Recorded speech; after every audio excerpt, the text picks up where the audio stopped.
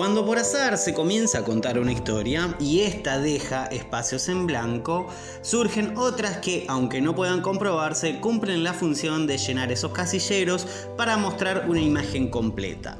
El caso de estos dos músicos, de los cuales se desconoce el paradero, fue el caldo de cultivo perfecto para atraer curiosos, investigadores amateurs y lectores como moscas.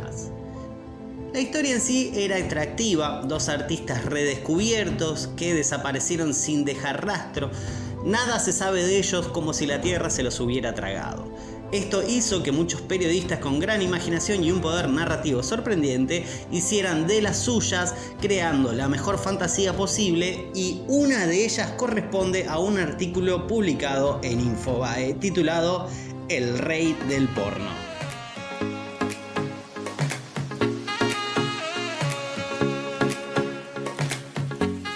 ¿Qué se sabe a ciencia cierta sobre los artistas del momento?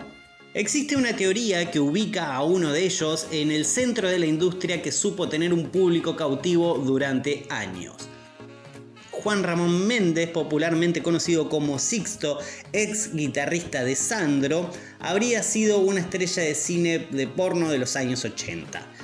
Todo comenzó con un hilo de ex Twitter que en principio fue una broma, pero que abrió una puerta más que interesante. Un usuario de esa red social publicó una foto de un actor porno y comentó: "Tiene un aire a Sixto, ¿no? ¿A ese el de Sixto y el Gitano?". La publicación tuvo miles de reacciones y cientos de retweets, y con ello comenzaron a aparecer más imágenes.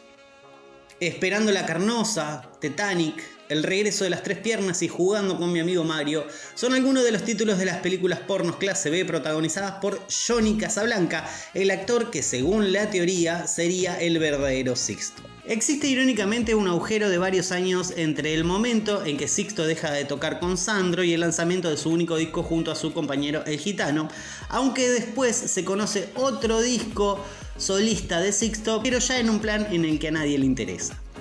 Infobae entrevistó a Pedro Quiroga, un afamado ex director de cine de porno de los 80, que hoy se dedica a la noble tarea del desarme de autopartes, quien dirigió aproximadamente 40 películas en toda su carrera. Let me tell you about a voice. Oh, Johnny Casablanca, sí, me acuerdo de él. Era de otra generación. En un momento, el cine para adultos cambió mucho. A partir de 1985, la gente ya no compraba VHS con actores tan peludos como Johnny. Él era un oso. Nosotros lo llamábamos la época lampiña a esa época del cine. Dejó sin trabajo a muchos actores bien dotados que no podían pagar los costos de depilarse cada vez que tenían que actuar. Al principio se depilaban y estaba todo bien, pero cuando el vello volvía a reclamar su lugar, les picaba todo el cuerpo, y nadie quería actores rascándose en medio de una escena.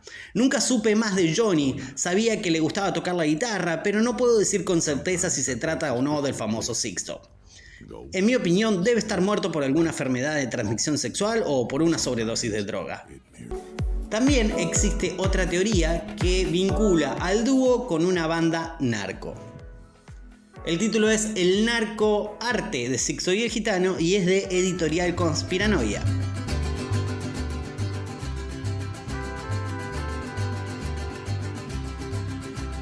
Sixto y el Gitano, el dúo narco de boleros que es furor en las redes sociales y su oscuro pasado. El dúo del momento habría tenido conexiones con uno de los carteles de droga más poderosos de México. ¿Será la causa de su misteriosa desaparición? El nexo sería Lipton Records, discográfica manejada por Michael Grant, un empresario de dudosa reputación que durante los años 80 y 90 tuvo vínculos comerciales con el cartel de Sinaloa. Según confirmaron fuentes confiables a Editorial Conspiranoia, la pierna del cartel de Sinaloa en Argentina era el propio Grant, encargado de blanquear el dinero proveniente de la droga. Entre sus múltiples inversiones se encuentra la compra del Teatro Avenida, el majestuoso y elegante teatro porteño, la distribuidora de alimentos Conserva, la empresa de camiones Sinaloa Transporte, una flota de más de 100 camiones dedicados a transportar mercadería o mercadería, y la mencionada Lipton Records, sello con el que Sixto y el Gitano habrían firmado para grabar su primer y único disco. Casualmente, el último show conocido por el dúo fue en Mazatlán, Sinaloa, durante el cumpleaños del célebre Miguel Ángel Félix Gallardo. Según cuenta la leyenda, tras negarse a tocar por 10ª vez el hit del momento Conociendo Non, ambos fueron asesinados de un tiro en la cabeza y sus restos sirvieron de alimentos para cocodrilos. Ese aseguran que fue el trágico final de Sixto y el Gitano, dos artistas inocentes devorados por los caprichos de narcos mexicanos.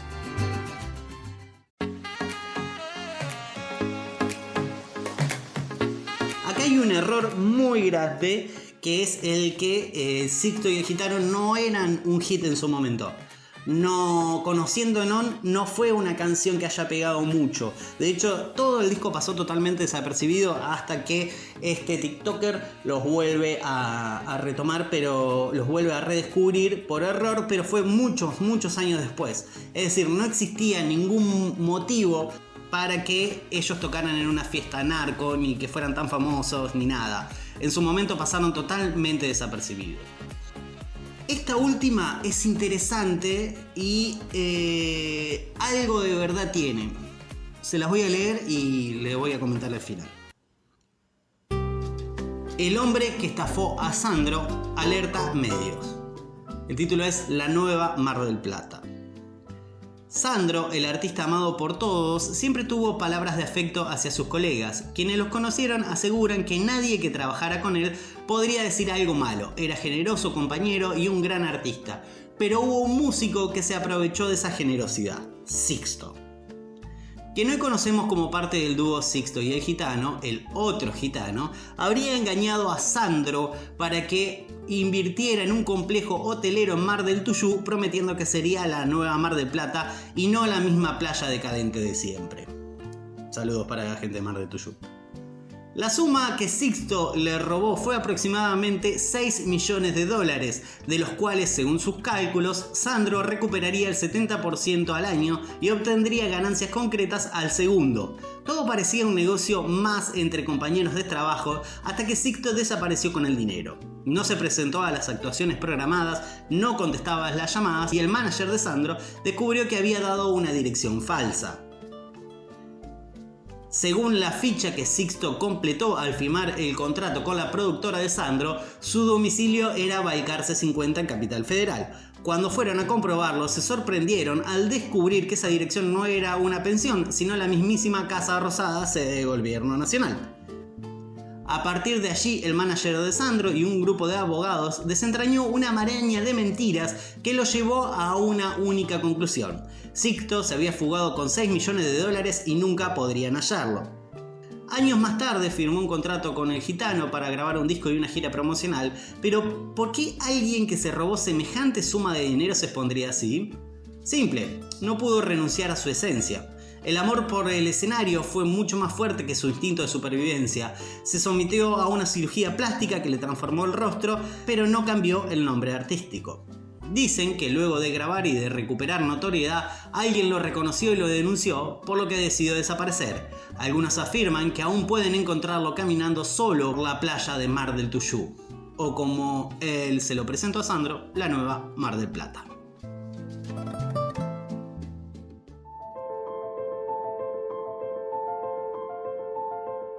Algo de verdad tiene.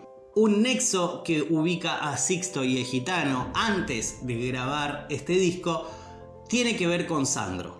Sixto era músico de Sandro, pero esta historia la vamos a conocer un poco más adelante. Cuando yo le comenté que comencé la búsqueda, quizás no les conté toda la verdad. Yo soy uno a los que Grant le encargó encontrar al dúo, pero no el único. Hay todo un departamento de Lipton encargado a rastrear posibles direcciones, teorías, contrataron a investigadores privados e incluso otros miembros y pasantes de las discográficas que estaban a la casa y querían llevarle el trofeo a Grant. Mi equipo, además de Hueso y Calambre, estaba formado por 3 personas que entre nosotros le llamaremos los obreros de la mina de carbón. 3 muchachos jóvenes que en un oscuro salón se encuentran frente a computadoras rastreando todas las posibles huellas, y fue así que dimos con otro disco que grabó Sixto, el cual se deja muy claro y muy específico de que odiaba al Gitano. No no hay un manual que indique cómo comportarse después de que una persona le salva la vida a otra. Es decir, las reacciones pueden ser muy variadas. Desconocidos que le salvan la vida a desconocidos hay miles todos los días. Y aquellos que fueron salvados no siempre se sienten agradecidos. Tampoco hay garantías, en el caso de los suicidas, de que evitando que la persona muera se le esté haciendo un favor. Quizás todo lo contrario. Quizás el suicida era un pedófilo que mantenía una apariencia normal de hombre de familia, pero al ser descubierto como tal, no como hombre de familia, sino como pedófilo, decide quitarse la vida tirándose bajo un tren. Una persona que pasa circunstancialmente le salva la vida y este, con un espíritu renacido, decide cambiar de identidad y comenzar una nueva vida peor que la anterior. En este caso tengo que decirlo, Luis fue muy amable, aunque no me dejó grabar la charla, me dijo lo que sabía sobre su hermano, el gitano. No habló bien de él en ningún momento de la charla. Lo único que dijo más o menos aceptable es que todavía seguía con vida, pero que no era una buena persona. La ruptura de ambos viene desde lejos, cuando luego de dejar la música y dejar un tendal de hijos y mujeres embarazadas por toda la provincia de Buenos Aires, el gitano decidió pedirle asilo a su hermano mayor en Nono tras la Sierra Córdoba. Allí fue bien recibido por su hermano Luis y su esposa Guillermina, que vivían modestamente en una linda casa donde tenían todo lo que necesitaban para ser felices, o casi todo. La pareja intentó varias veces traer un hijo al mundo, pero no pudieron por un problema para concebir que tenía Luis. Sí, ya sé, se la están viendo venir, ¿no? Aparentemente, esta imposibilidad para concebir de Luis se debe a algo llamado mal de la larga distancia. La padecen 6 de cada 10 choferes de micro de larga distancia y aún la ciencia no pudo determinar puntualmente a qué se debe el hecho de que se vuelvan estériles, pero así es de todos modos. Guillermina había comentado, como al pasar en una sobremesa, en aquellos primeros días de visita del gitano, este problema. Él tomó nota sabiendo que podía usarlo a su beneficio. Una tarde de otoño, mientras cortaba leña, el gitano le hizo una propuesta a su hermano. Él ayudaría, entre comillas, a la familia a cumplir el sueño a cambio de una cierta suma de dinero. Todo muy chocante, muy sórdido y muy confuso. Tendrían un hijo, sería sangre de su sangre, llevaría el mismo apellido, pero no sería exactamente de Luis. El trío se puso de acuerdo luego de muchas discusiones. El trato se iba a consumar entre un viernes y un lunes. Esos eran los días en que Luis viajaba de Córdoba hasta Capital Federal, ida y vuelta. Eso daba tiempo a su mujer y a su hermano para procrear un hijo en su ausencia, como en cualquier familia normal. Luis se arrepintió ni bien salieron de la terminal de Córdoba. Le pareció mucho, pensó que esa idea destruiría su matrimonio, se sintió celoso, imbécil y todavía tenía un par de días de trabajo. Sin poder comunicarse con su casa porque no tenían teléfonos fijos y los celulares no eran tan habituales como en este momento, kilómetros y kilómetros de dudas, de miedo se le metieron en la cabeza con una voz interna que le decía: ¿cómo se te ocurrió hacer semejante idiotez? Horas de tortura y miedo en el trabajo sin poder hacer nada para evitarlo. Volvió el lunes desesperado a su casa y lo que encontró lo sorprendió. El gitano no solo no había cumplido con la parte de su trato, sino que además le había desvalijado la casa y se había llevado todos los ahorros de su vida. Guillermina habría sido quien propuso aquel robo, ya que vivía sumamente infeliz con la vida en las sierras, con el rumor de la soledad en aquellas largas horas de ausencia hablándole al oído, pero en este caso desde el lado de afuera, porque si te hablan al oído es desde el lado de afuera, no desde el lado de adentro, porque si no sería un pensamiento, ya que te hablan es de afuera, desde la oreja para adentro, digamos. Sumado a la imposibilidad de su marido de darle el hijo que tanto anhelaba, fueron sembrando en ella las semillas del odio hacia su esposo. Tal como se acostumbraba antes, él trabajaba para que ella se quedara en la casa. Ella era mucho más que una ama de casa, era una pintora fantástica, un alma sensible, con un gran talento que se veía atrapada por una rutina sin sentido. Cuando tuvo la oportunidad, hizo lo que toda persona de bien lo haría. Engañó a su marido con su hermano, se quedó con la mitad de sus pertenencias, se dividieron la plata, la ropa, los muebles. Tanto ella como su cuñado se dieron la mano y tomaron distintos caminos. Esto ocurrió ese fin de semana entre el viernes y el lunes.